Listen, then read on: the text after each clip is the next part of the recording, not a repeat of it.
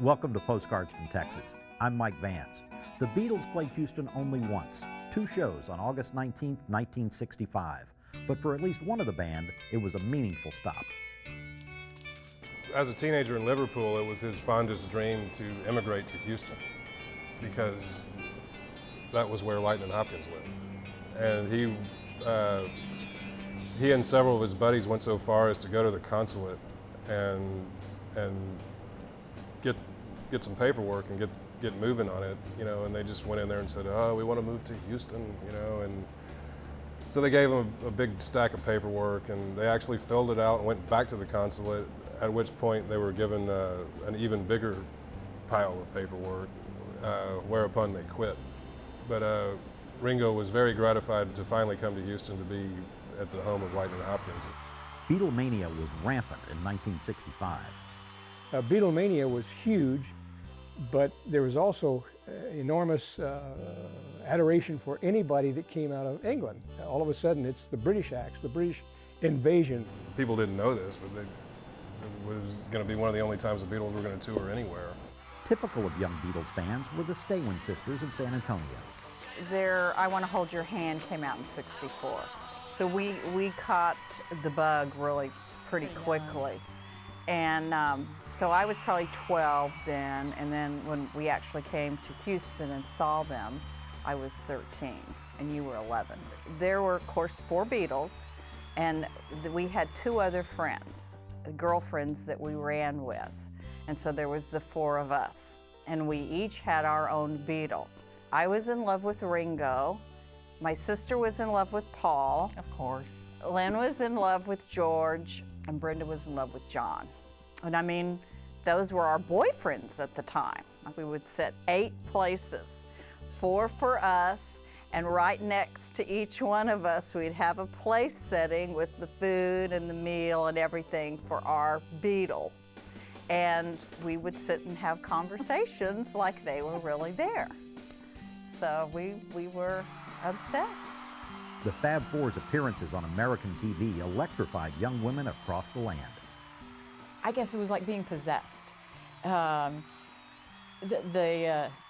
hysteria of it was catching. Maybe kids, the teeny boppers do that now with the Jonas Brothers and whomever.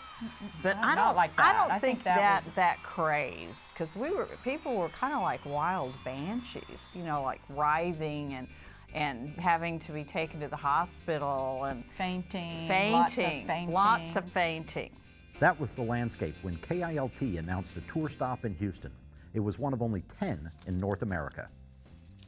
We heard that they were coming. Obviously, we had to go, and he was able to finagle tickets. Yeah, there was a lot of buzz. I mean, it was like the newspaper stories started before the concert got to town and continued, of course, afterwards.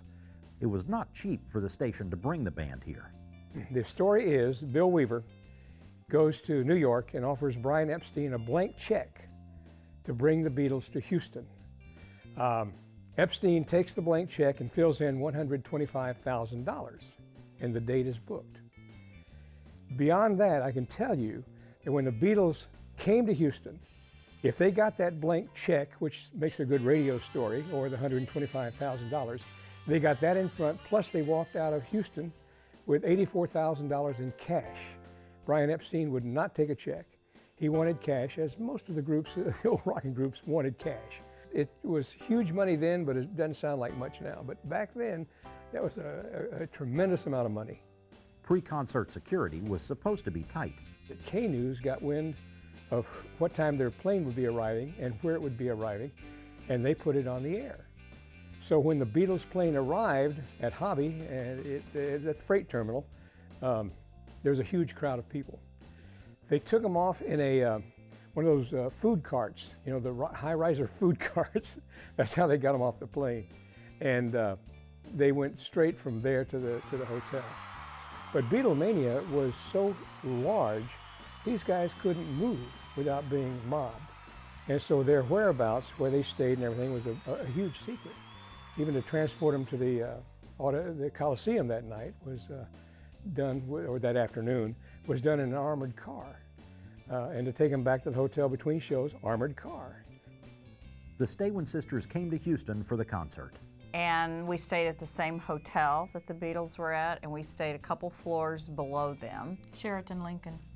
And we were able to go out at one point. They let us go out and watch them swim around. We were really kind of far up. I mean, I know they were doing a big photo shoot, so we didn't get to see much other than just kind of their heads, and we weren't actually, you know, like poolside with them, but it was very exciting. I remember when we were at the hotel, there were older girls, like the 15, 16-year-olds, who were running around outside unchaperoned, you know, trying to sneak into the hotel, and some of them did.